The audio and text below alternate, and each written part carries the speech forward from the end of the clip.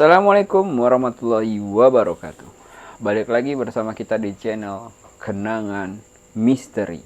Oke, teman-teman, pada malam hari ini teman-teman semua, sahabat-sahabat misteri, ditemani saya oleh Mas Dimas, dan spesial khusus malam hari ini edisi Ramadan, kita akan membahas satu cerita yang kiriman dari narasumber. Dan saya di sini teman-teman, itu nggak sendiri. Saya ditemani oleh Mas Kelvin Anggara yang akan nanti membawakan sebuah cerita yang dimana cerita ini berasal dari narasumber kita yang mengirimkan ceritanya melalui WhatsApp kita yang ada di bawah sini.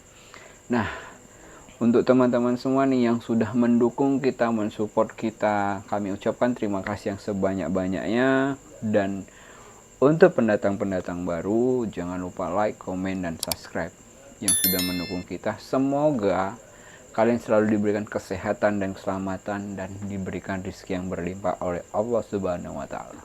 Oke teman-teman, tanpa basa-basi lagi, tanpa banyak cerita lagi, kita akan langsung ke Mas Kelvin Anggara karena kita akan memulai OKM, obrolan kenangan misteri. Jarang kita nih bisa di sini bareng. Ketemu lagi ya kan.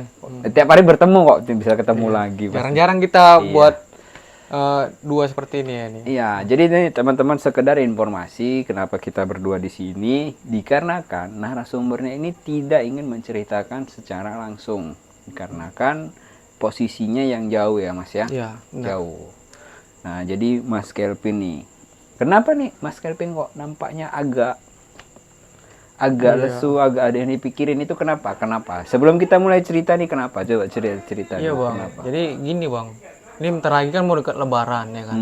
Aku nih masih bingung nih, mau ngecat apa tuh namanya, ngecat mobil. Cuman aku masih bingung cat apa yang mau dipakai ini ya bang. Oh, kalau itu saya punya solusinya Mas Kelvin. Apa itu? Jadi gini, buat teman-teman semua dan khususnya untuk Mas Kelvin, ketika kalian bingung untuk melakukan ngecat, mau pilih cat apa untuk baik itu mobil ataupun sepeda motor kalian, kalian bisa pilih cat hardware.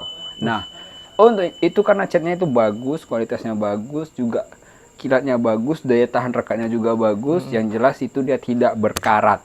Nah, untuk info lebih lanjutnya Mas Kelvin, nanti saya kirimkan IG-nya nih. Dan untuk teman-teman semua nih, IG-nya atau kalian pengen kepoin itu IG-nya atau pengen tanya secara langsung, ada di bawah sini ya teman-teman IG-nya. Nah, jadi nanti Mas Kelvin gak usah bingung-bingung, karena itu tepatnya kalau nggak salah di daerah Medan juga, nggak jauh sih dari rumahnya Mas Kelvin. Iya. Jadi kalau misalkan saya datang ke sana langsung untuk mengecat mobil saya bisa? Nah, itu lebih bagus karena dia dilakukan oleh orang-orang yang profesional. Artinya Mas Kelvin nggak bakal kecewa. Waduh. Dan di sana juga bisa chrome juga. Bisa ngekrum. Iya, benar. Iya. Keren sekali nih ya bang ya. Iya. Jadi saya udah nggak usah pusing-pusing dong. Iya benar. Oke, berarti udah bisa lanjut ke cerita tema kita malam hari ini pastinya ya. Mas. Oke. Jadi ini Mas Kelvin nih, sedikit kita bercerita nih. Kita ada menerima satu kiriman dari narasumber kita ya, Mas Kelvin ya. Itu bahwasannya dia mengirimkan ini nama dan tempatnya kita samarkan ya teman-teman, karena ini permintaan dari narasumber kita. Nah, itu namanya itu kalau saya nggak salah ingat itu ya Mas Kelvin ya, itu namanya si Fitri. Kita bilang aja namanya si Fitri lah. Ya, Fitri dia tepatnya sih di desa Rantau Prapat. Jadi beliau mengirimkan sebuah cerita tentang pesugihan. Iya, benar sekali. Nah, tentang apa ceritanya ini cukup menarik untuk kita dengarkan. Cerita ini dimulai pada tahun 2009, yang dimana itu terjadi di Provinsi Sumatera Utara, terletak salah satu kotanya itu Rantau Prapat. Dan dimulai awal mula cerita, si Fitri tinggal di sebuah desa di daerah Rantau Prapat, yang dimana si Fitri ini memiliki keluarga. Dan Fitri ini dari keluarga tersebut dia 2 bersaudara. Di situ ada ayah, ibunya, dan adiknya. Fitri ini kebetulan anak pertama. Nah, jadi ceritanya ini bisa membuat kita cukup untuk bisa dibilang merinding ya teman-teman ya. Nah, hari demi hari Fitri laluin tanpa ada masalah. Di mana usia Fitri yang masih menginjak 16 tahun. Nah, Fitri masih bersekolah di salah satu sekolah di daerah sana. Kalau lebih tepatnya sih masih sekitar 2 atau kelas 3 SMA. Nah, si Fitri hari demi hari dilewati tanpa ada masalah. Sampai di suatu ketika si Fitri mengalami hal-hal yang aneh. Hal-hal yang janggal dialaminya. Awal mulanya si Fitri menganggap ini semua biasa-biasa aja atau mungkin oh nggak ada masalah nih.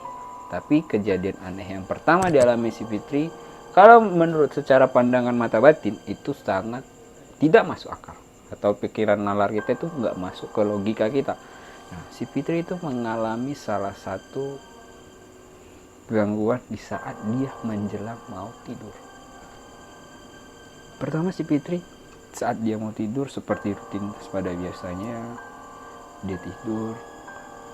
Namun yang aneh pada malam hari itu, si Fitri merasa sebelum tidur bapaknya si Fitri atau orang tuanya si Fitri itu menyamperin dan mengatakan, karena si Fitri ini mempunyai adik perempuan ya, itu masih kelas 3 SD ya Mas Kelvin ya. Benar, Masih kelas 3 SD itu. Jadi mereka satu kamar, orang tuanya datang mengatakan buat untuk anak-anaknya biasa seperti orang tua pada umumnya, dia menceritakan bahwasanya jangan tidur terlalu larut malam. Nah, namun nggak tahu kenapa tuh Mas Kelvin pada saat itu si Fitri itu kayak nggak bisa tidur. Nggak bisa tidur, jadi dia kayak apa namanya, kayak gelisah, kayak ada sesuatu hal yang mengganjal dalam pikiran si Fitri. Namun si Fitri berusaha untuk biar mengatakan pada adiknya, kamu tidur duluan ya adik, mungkin kakak nyusul. Tapi posisinya masih sedang di kamar. Nah, setelah bapaknya datang, nggak jauh dari itu, adiknya mulai tidur. Tepat di pukul 23.30 itu si Fitri datang lagi bapaknya mengetuk pintu kamar. Tok, tok, tok. Lalu si Fitri kaget. Dia lihat jam, udah 23.30. Biasanya orang tua si Fitri sudah tidur. Namun pada malam hari itu kenapa ada yang mengetok? Dan biasanya orang tua si Fitri ketika mau masuk ke kamarnya cuman menyebut namanya. Nak Fitri. Nah, ini kenapa mengetok? Ada kecurigaan tersendiri. Lalu si Fitri bertanya, siapa di luar? Kata si Fitri. Lalu yang di luar menjawab, aku, katanya. Bapakmu. Lalu si Fitri pun, oh masuk pak, nggak dikunci. Bapaknya masuk. Saat bapaknya membuka pintu dengan suara hening malam itu, pintu tadi itu terbuka. Si Fitri melihat ke arah sosok bapaknya.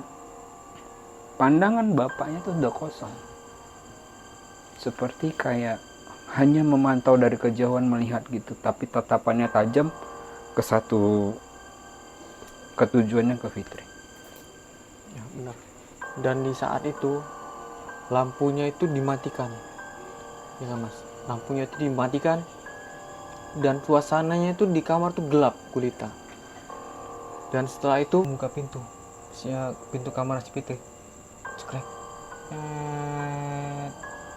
Dan Fitri pun bertanya, Bapak ngapain malam-malam ke kamarnya Fitri? Kenapa Bapak belum tidur? Dengan tatapan mata yang kosong, bapaknya si Fitri tadi dan melihat si Fitri, dia tidak menjawab pertanyaan Fitri tadi. Dan Fitri pun merasa takut seperti melihat bapaknya ini tadi bukan bapaknya. Karena rasa takut yang sangat tinggi kan. Tiba-tiba bapaknya si Fitri tadi langsung berada di sampingnya Fitri, dan si Fitri pun terkejut. Lalu pandangan si Fitri langsung melihat adiknya dan sambil memegang tangan adiknya. Si Fitri tadi mau berteriak, cuman dia tidak bisa berteriak meminta tolong. Nah, saking ketakutannya di si Fitri tadi, saya mau berbicara seperti itu kan, cuma tidak bisa kan. Nah, tiba-tiba pas menoleh lagi ke samping gini, bapaknya ini tadi sudah tidak ada di kamar tadi, dan si Fitri pun terkejut. Setelah kejadian pada malam hari itu, si Fitri dalam hati bertanya-tanya, siapakah sosok itu yang malam itu menjumpai si Fitri? Dengan pemikiran seperti itu, dihantui rasa takut, si Fitri pun terlelap tidur. Nah, keesokan harinya, dalam hati si Fitri juga masih bertanya-tanya. Si Fitri menjalani rutinitas seperti biasa, bangun pagi pergi ke sekolah dan segala macam.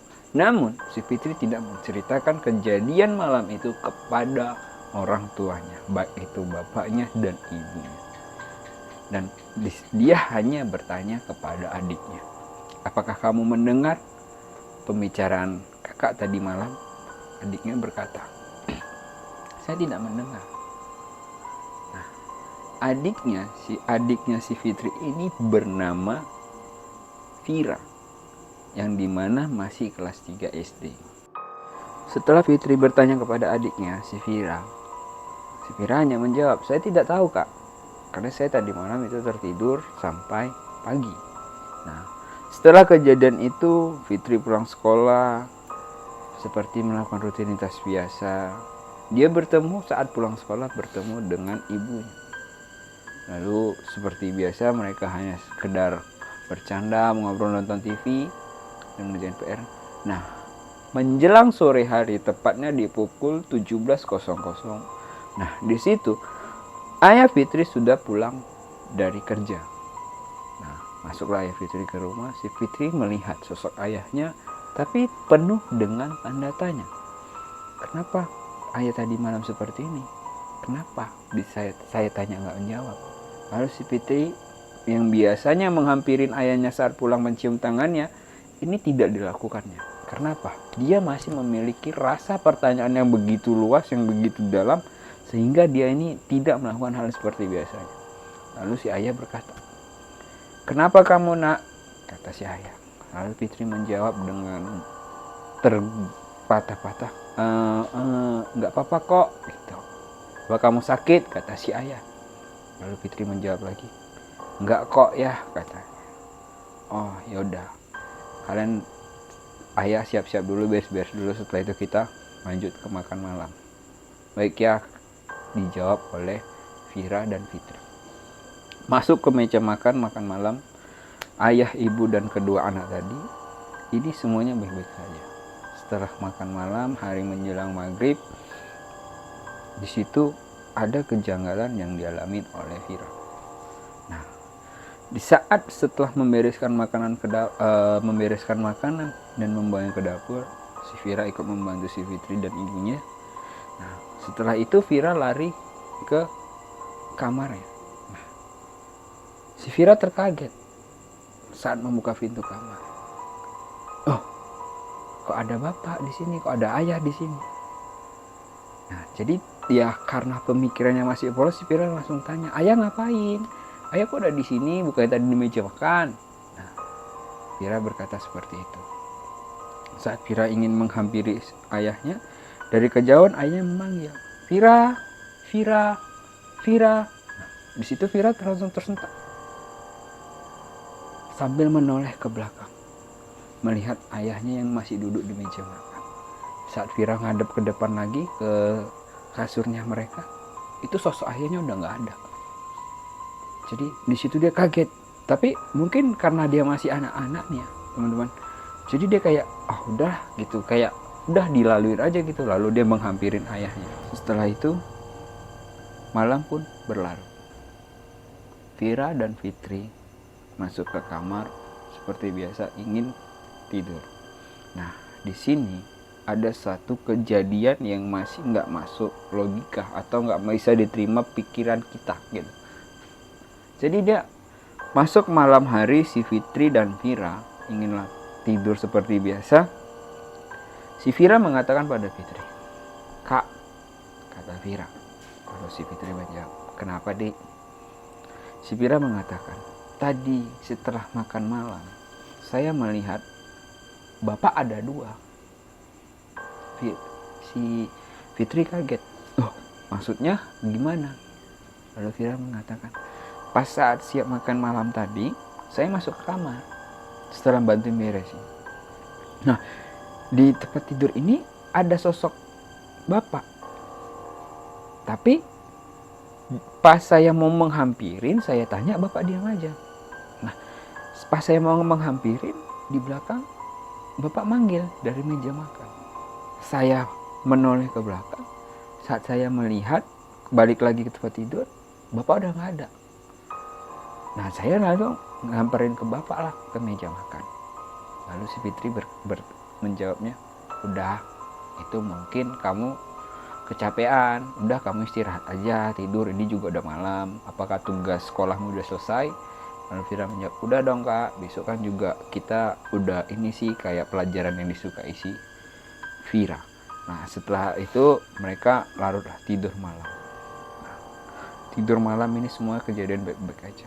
Tepat di jam 3 pagi, itu di 03 pagi itu, si Fitri mengalami seperti gangguan. Kayak ini kan tempat tidur mereka nih atas bawah ya, Vira sama Fitri. Nah, si Fitri ini di bawah, si Viranya tuh tidurnya di atas karena adiknya kan di atas. Nah, itu tempat tidurnya si Fitri itu kayak selimutnya itu ditarik perlahan, tarik. Nah, di sini si Fitri awalnya nggak sadar. Nah, ketika dia terbangun, terhentak mungkin karena dia rasa ingin buang air kecil pada malam hari itu, dia kayak melihat sesuatu sosok bayangan hitam di ujung tempat tidurnya yang sedang merhatikan dia.